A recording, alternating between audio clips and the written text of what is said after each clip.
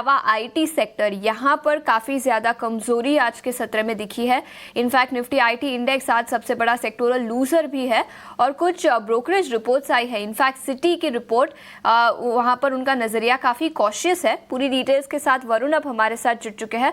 वरुण, बताएं कौन से वो फैक्टर्स हैं जिसके चलते सिटी का नज़रिया आईटी सेक्टर पर काफ़ी कॉशियस बनता हुआ नजर आ रहा है? देखिए, सिटी का ये कहना है बेसिकली कि अगर आप देखेंगे तो इस साल यानी कि 2025 में शुरुआत से अब तक आईटी इंडेक्स में 16% की गिरावट देखने मिली है, लेकिन इसके बावजूद इनको इस पूरे सेक्टर के वैल्यूएशन जो है वो महंगे लगते हैं।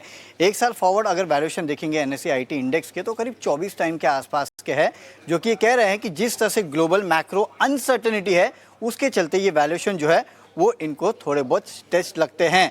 इनको लगता है कि जिस तरह से अनसर्टेनिटी है उसके चलते आगे का आउटलुक जो है वो थोड़ा बहुत कॉशियस है।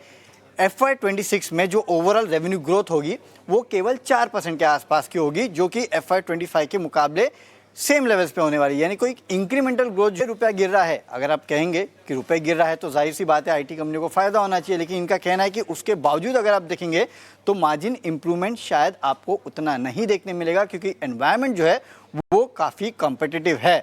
और इन्हीं सब के वजह से इन्होंने अपना पूरा स्टैंस जो है आईटी सेक्टर पे उसको कॉशियस किया है। इनको HCL टेक और इन्फोसिस थोड़े बहुत अच्छे लगते हैं पीएस के मुकाबले।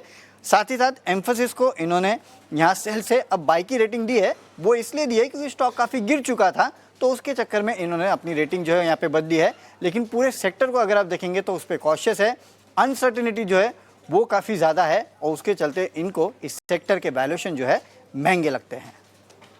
बिल्कुल, तो सेक्टर के वैल्यूएशंस काफ़ी एक्सपेंसिव, मार्जिन्स पर भी कॉशियस नज़रिया। इसी के चलते सिटी की इस रिपोर्ट के चलते निफ्टी आईटी इंडेक्स पर सबसे ज़्यादा कमजोरी आज के सत्र में दिखी है। लक्ष्मीकांत जी, कोई शॉर्ट का ट्रेड आ रहा है आपके रडार पर? आईटी में कोई शॉर्ट करें कुछ?